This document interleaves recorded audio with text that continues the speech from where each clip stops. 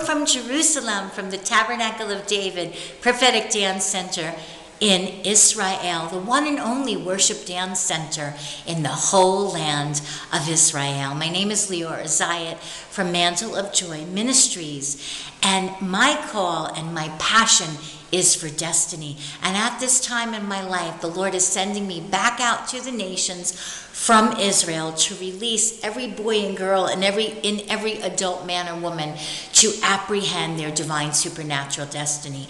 And the way that we do that is by bringing out the child to play, so to speak. God has a sense of humor, and we're not called 24/7 to be an over-responsible, serious adult. Yes, we're serious about our love and our passion for God, but Holy Spirit is fun, and Holy Spirit wants to set us free into everything that we were created for. I am teaching my Unlocking Destinies, Releasing the River, coming as a child. That's right, dying to the fear of man that's sitting on our shoulders, which inhibits us from apprehending all that God has created us for. I go into the churches and I help to shift lives as I partner with Holy Spirit. And when we shift lives, we shift the church so that we can all move forward together. And I believe we give God the greatest glory when we live out the fullness of our destinies. In 2011, God spoke to my heart, and he said, it's through the new song and the new dance I am healing my people. And I have worked with married couples, men of all ages, women from around the globe, and the key is coming as a child.